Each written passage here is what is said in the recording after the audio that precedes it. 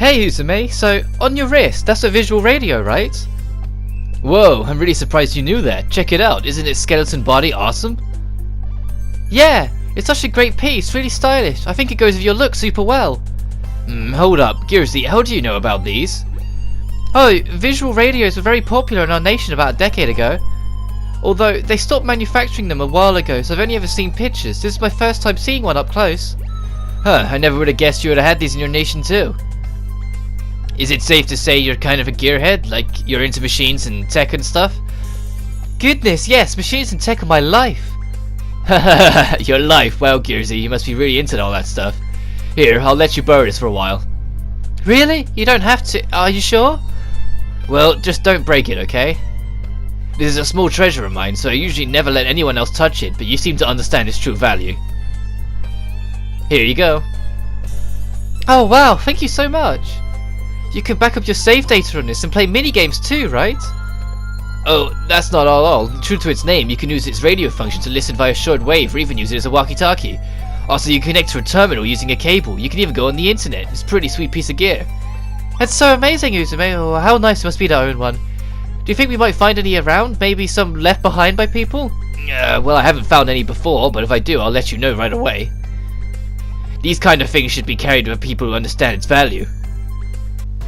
On that note, welcome back to Neptunia VIIR, where today we're gonna try and learn out more about Uzume's grand plan to deal with the giant, and try and find out more about this share crystal that we heard about over that radio. But we have to enter the opening dungeon, the Nameless Ruins, and head to a little plot marker on it, just about halfway through, because that's just where we need to go today. So I'm gonna bump into a couple enemies, but it's, let's say, coming up very soon. It's not going to be next dungeon, it's going to be the dungeon after, is when I'm going to start skipping fights. It's just because this dungeon and the next one are both really pathetically tiny if you're skipping fights that I decided to keep them in. Especially because we're still getting introduced to everything in the game and still getting a feel for it. I thought it'd be wise to see every fight that goes on. It's only when we're in a much more comfortable position and we're just fighting enemies that we've already fought before that I'm going to start skipping.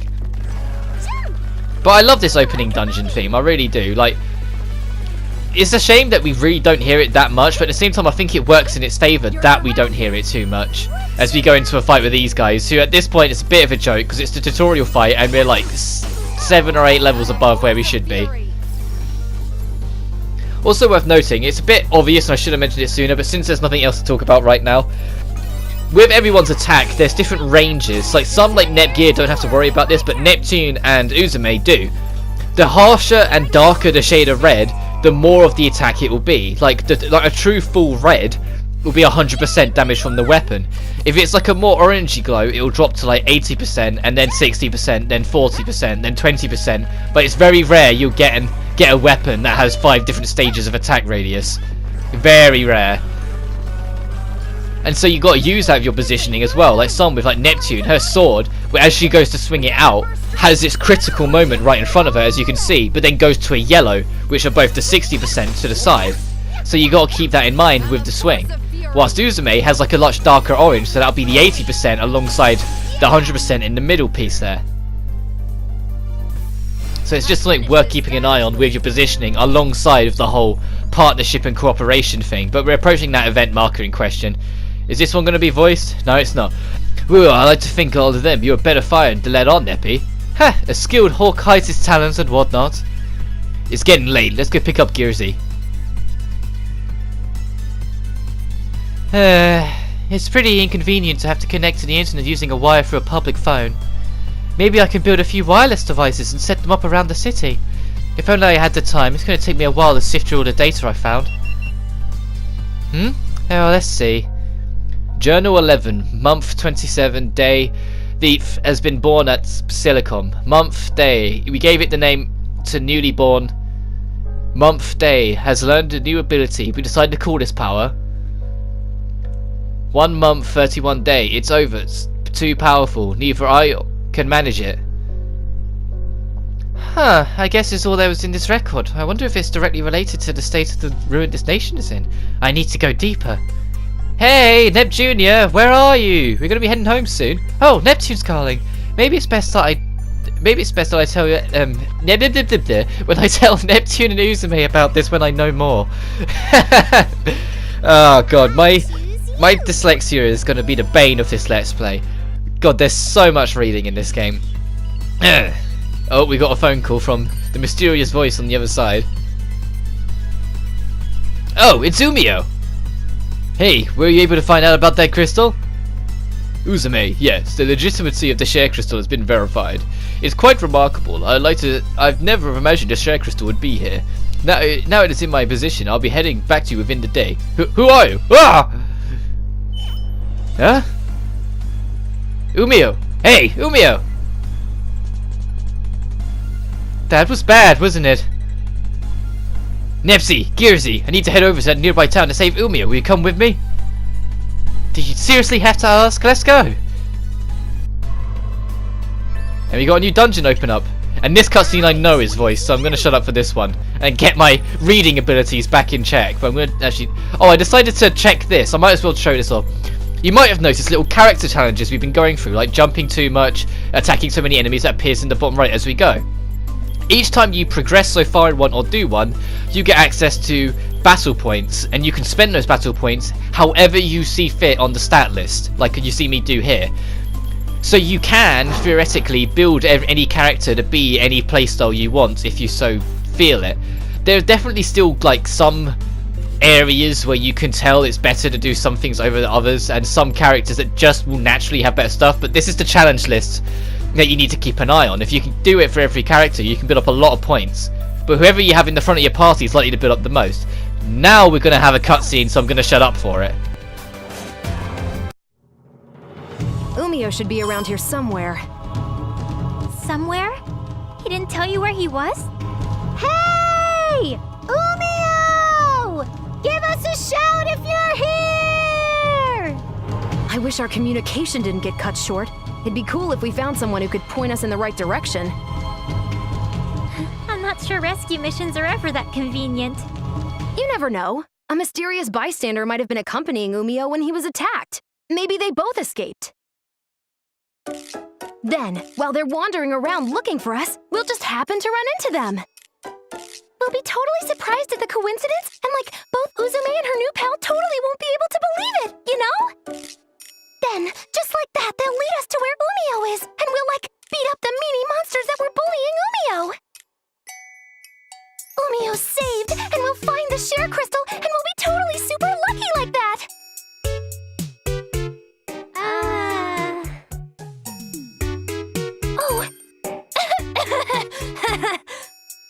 So, yeah, there's a small chance someone will appear to show us the way, right? Uzume. Sorry, but what in the world was that thing you just turned into? Oh, I think you're just imagining things.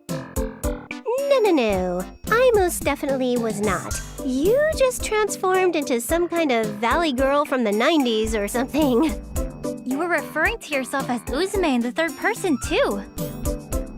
You're hearing things! Or maybe there are monsters that can create illusions around here. Those crazy beasts.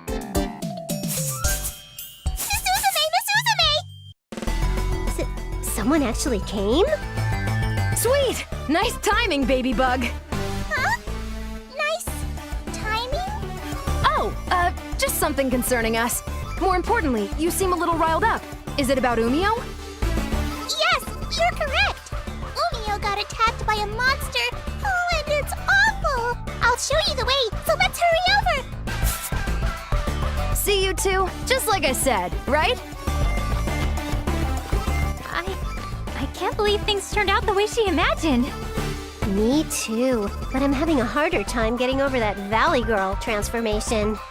She seems like she's trying to hide it, but... Hey! What are you guys doing? I'm gonna leave you behind! I'll show you the way! Please hurry! Whoa! Wait up! Umio's in here? Yes!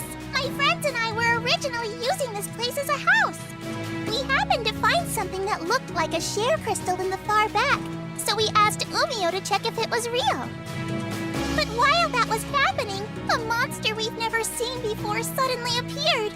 I really hope Umio is okay. Okay, I understand the situation. So, was that share crystal the real deal? Yes, of course.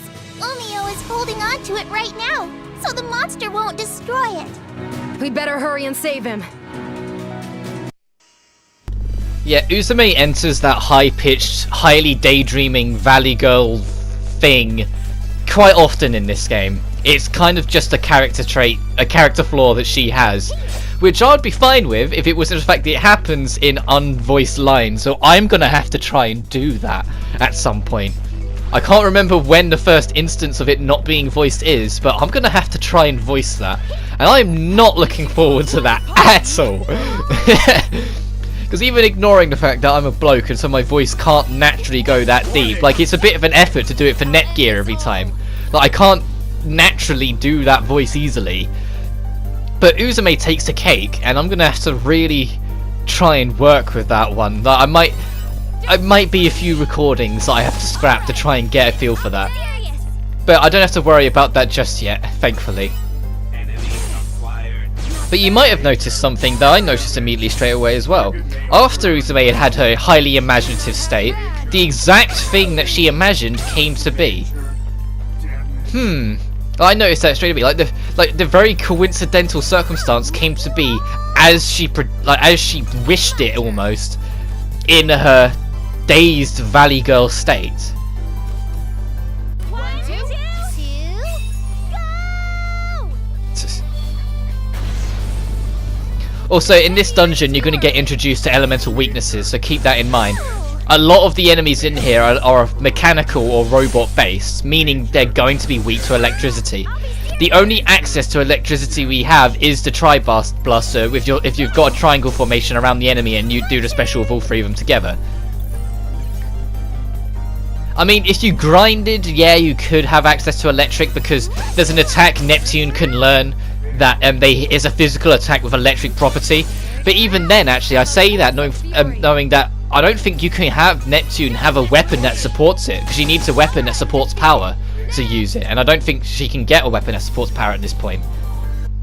This is way too uncool. Also, yeah, Uzume got beat up quite a bit in that fight, which is worth noting. If all the enemies decide to gang up on one character, you gotta be ready for that. Like, they will collapse and fall. It's not as bad as Neptunia VIIR 3. That game was a bastard sometimes, because you'd have double and triple encounters in the third game, where like as soon as all the enemies die, it'd come up saying like new enemies invading or new enemies entering sort of thing, so the encounter would continue for several fights in a row. Sometimes they would have as up to like 7 or 8 enemies on screen at one time, and if they all happen to have their turns together and happen to target one enemy, it didn't matter what level you was, that character was going down, and it did really bug me that there was no counter to it, it just happened. What it's introducing us to us now is status conditions. You might notice above Uzume, well on her stat list, there's a little purple bubble, that's poison, but there's also a blue bar underneath it. Instead of making it the status condition has a chance of connecting, any status condition infliction will connect, but instead fill up a meter. If the higher your resistance towards that element, the slower that meter will fill up. If the meter is full, then the status condition goes into effect. So Uzume, although she has the poison thing on her, isn't poisoned until that meter is full, but only when that meter is full is she then poisoned and starts taking damage from it. Every status condition in the game works on that principle, so you can work to counter it, and some characters are naturally immune to certain status conditions, some of them don't handle it well, it's just all sorts of little things. Also, when you pass through this, it plays a doorbell sound effect, so I get a bit carried away, as you noticed. And I love this dungeon theme. Like, we got immediately into a battle, so you don't get to hear it, and this game unfortunately falls into the trap of it resets the dungeon theme every time you exit battle, so you don't just get to leave the dungeon and go back to exactly where you was in the dungeon theme, which I really miss that about some older RPGs and some of the newer ones as well. Like, there was just this weird strange gap for about a decade where they stopped doing that, because I love this dungeon theme. It's such a Dreamcasty feeling dungeon, which, if you haven't guessed, is the entire theming of Zero Dimension and Uzume. Uzume is a reference to the Dreamcast with the swirl and whatnot, and so having this dungeon theme feel very Dreamcasty is very fitting. Like a kangaroo! Jump! But now we got a back attack to deal with because, you know, I got hit mid-swing. Which is probably the hardest thing to adjust to if you're used to Persona, the other series that does this a lot. Because you will just swing at an enemy all willy-nilly and kind of get screwed over. But Uzume actually got poisoned, so I'm going to use a Detoxin to get rid of it. Also worth noting is that every status healing element also slightly restores health. It's not much, like she only got restored by 800 and the weakest normal healing item restores 1000. But every little piece helps, sort of thing. If they're throwing around status conditions all the time, you'll feel the difference. The only thing obviously you have to keep an eye on is the fact that everyone has a limited amount of pocket points. So Uzume only has 3 more item uses in this fight. So if she gets poisoned again and I use another Detoxin, she'll be down to 2, sort of thing. Which is the other reason why I highly recommend trying to get heal on her as quick as possible. If she can learn heal, it will save you for a lot of graces. Same with Netgear. Netgear can learn hyper heal at some point as well, which might be worth going for. This was something that was a bit problematic in the original trilogy, because in the original trilogy, and it's the bizarrest thing that they never dealt with, and this game's way of dealing with it still didn't really deal with the problem, but in the original trilogy, you could only heal in combat, and your health would carry over between fights. So if you got beat up a fuck ton, you had to try and find a way to heal at the end of that fight. Because otherwise you was going into the next fight with the same amount of health. You couldn't heal. You had to either leave the area, because when you're on the world screen it gives you a full heal, or you had to try and get, like, time your level ups, because leveling up would give you a free full heal. It was the bizarrest thing and was so hard to adjust to. Once you had adjusted, it wasn't the end of the world, but it was still like, what? Why? It was so problematic that you couldn't do that. You couldn't heal. And in the 4th game, instead of actually fixing that, they just make it so you get a full restore after every fight, which still makes me just go, why not just... But anyway, baby bugs are the most common monsters in this world. They live in herds in all sorts of places. They have a network between their herds too, so they often help me look for the share crystals. In return, Miss Uzume protects us from the bad monsters out there. Wow, what a beautiful relationship. But you know, after looking at the baby bugs, I'm starting to feel a little hungry. Hungry? You eat baby bugs? Does everyone in your nation do that? Eh! Oh, no way, of course not.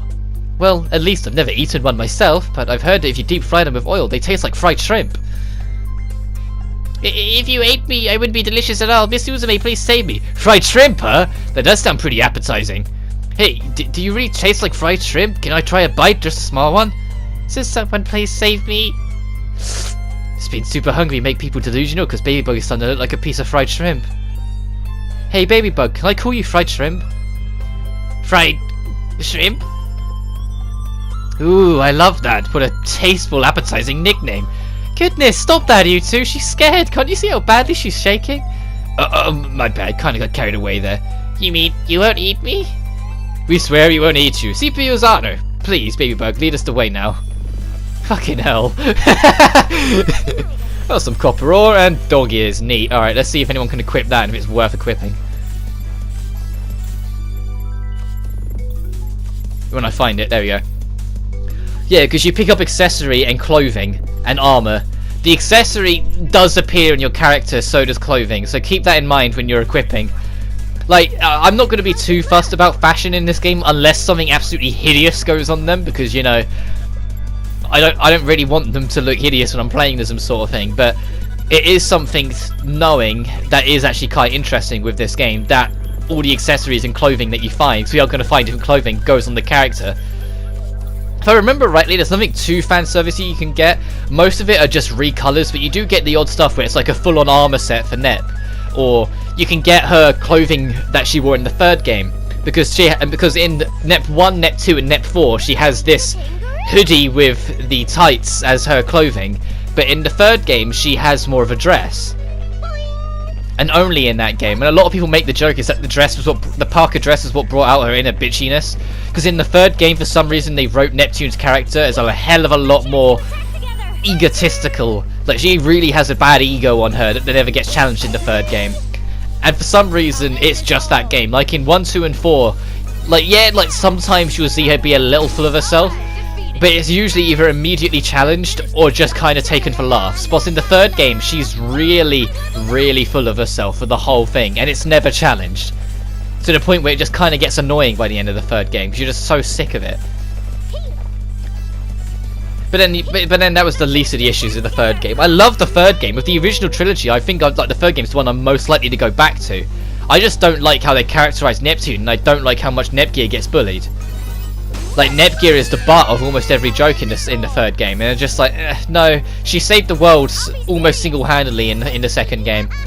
If it wasn't for her efforts and the trauma she went through, she wouldn't have been able to get Unid out of her mental episode to get her to join. She wouldn't have been able to convince Rom and Ram to join. She wouldn't have been able to save the goddesses, who in turn would have been able to help her stop the deity of sin.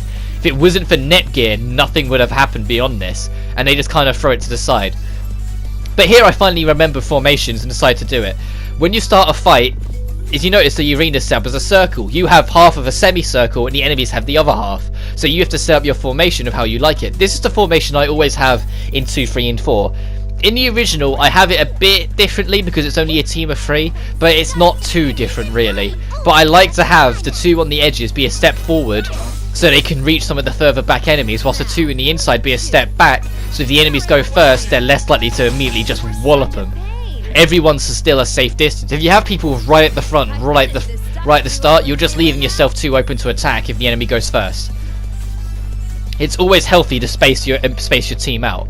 And it's good to do it now because, as you saw, there's the default positioning for player 4 is so ridiculously close to player 1, it's unhealthy. You're going to get unnecessary damage if you don't sort that out. But this formation I'm gonna have pretty much the entire adventure. I'm unlikely to change this formation at all for any reason. At this point I'm trying to see if I can squeeze in getting the other robot in the back as well. But it's no luck, unfortunately. But I managed to get it with Uzume though, and with the red dot as well. Even though one of her attacks missed. Like, Jesus Christ, I noticed that so much in the early recordings. Uzume's accuracy is appalling. Like, the Nep sisters' accuracy are both really good, and then you go to Uzume and she misses like 4 or 5 attacks over the next few parts, and the Nep sisters don't miss any of them. And like, it was just all the times where I was just like, wow, that would have ended the fight if she hit that. Okay, well that would have ended the fight if that happened. Oh, and that would have killed that enemy if that happened. And it's all the goddamn time. Don't mess with me. You were such a there we go. like we win this match. And you're gonna see, yeah, you saw me there take a cut in the recording because I'm still on the half-an-hour recording limit, and I don't have a timer with me. I keep on forgetting to turn it on, so I lose track. Like back when I first started doing Let's Plays back in 2015, you know, when I had that older mic, the recording limit was 15 minutes. If you wanted to have a video be longer than 15 minutes, you had to use SHAREfactory, which was a post thing, but each actual recording chunk was 15 minutes, and I had to deal with this all the way until the end of Evil Within. And so for that, I had a timer with me at all times. If I knew a big cutscene was coming up or sort of thing, I'd make sure to save the recording beforehand, or look at how much time I had. I was really time conscious throughout all of that. Don't mess with me. All right, defeated. But what made it worse is that the SHAREfactory limit was half an hour, which is why I never did any real big games. Like the biggest I did before then was Evil Within. It was only when the limit was extended I started doing bigger projects like Bloodborne. But even then, Bloodborne seems like an eternity ago.